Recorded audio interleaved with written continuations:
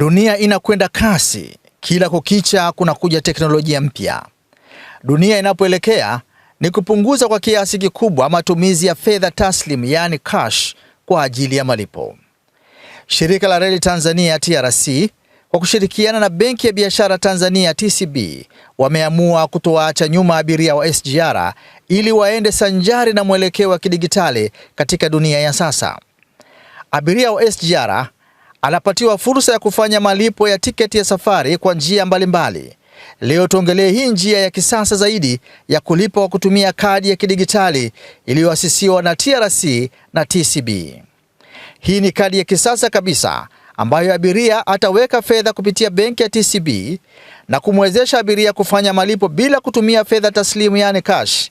Abiria haitajiki kubeba fedha, anabeba kadi tu.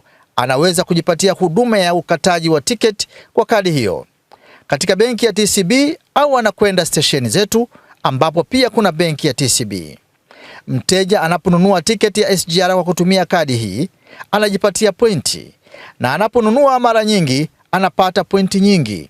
Hizi pointi baadaye hugeuzwa kuwa fedha, na abiria anaponunua tiketi kwa kutumia kadi atapatiwa zawadi kupitia ukusanyaji wa pointi hizo hizo.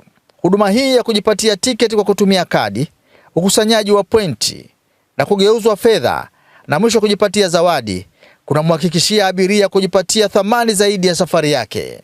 Lipa tiketi yako ya SGR kwa kadi ya kidigitali.